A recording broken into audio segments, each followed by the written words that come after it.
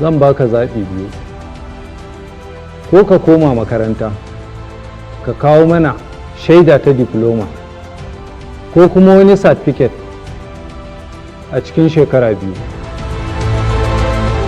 Zaɓi na biyu kuma, ko kuma ka biya taron naira miliyan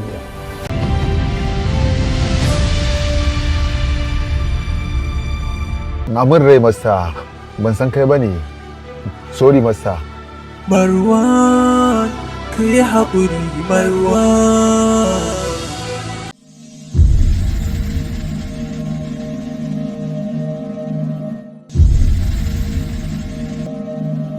ai mu kai ne barawon agunmu kai waya ku rike shi samar hankom so ranka dai daga yin taimako kuma ni na yi ne dan na taimake ta da sai ka to tare da yaran gaba me yasa baka to da su ba kaga guduwa sakai kuma da suka gudu ni dama na bi su dan kayan ne kaga ba zan ce zan kuma lalle in bu bayan su kuma jin kamo su kuma san ina suke ba ranka dai daga taimako samar hankom na yi ne fa dan na taimake ta ba hankom din ba kai waya samar Marwan sai haƙuri Marwan.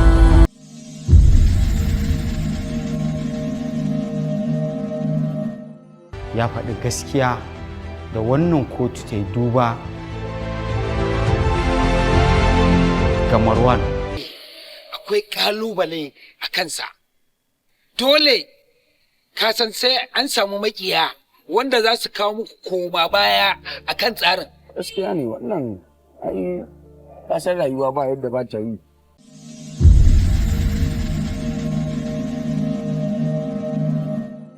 Ai gara shi ma a jan shi ya rama ubansa. Kenan. Shi ma a jan shi ya rama ubansa. Zan kama hanya a shiga ciki. Za ka shiga? Sai an tura ko? Ina ne aiki biyu nake tura mota tura mai mota. Ka zo ka kulle min yarinyar nan. Kina da hankali kuwa?